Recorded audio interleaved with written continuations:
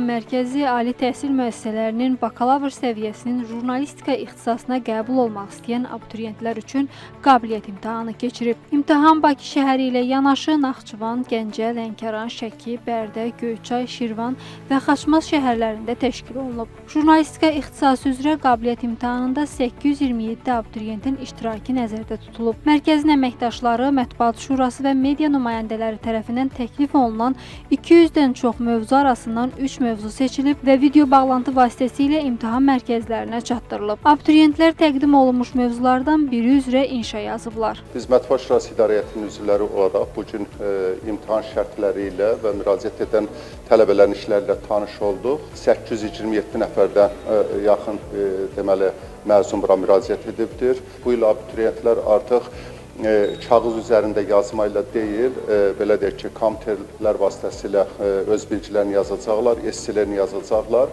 Kompüter üzərində yazmaq tələbələrə imkan verir ki, onlar tutaq ki, hər hansı bir səhvlər ediblərsə, o səhv yerində belə deyək ki, dəyişsinlər. Eyni zamanda həcmlə bağlı nə qədər yazdıqlarını görsünlər.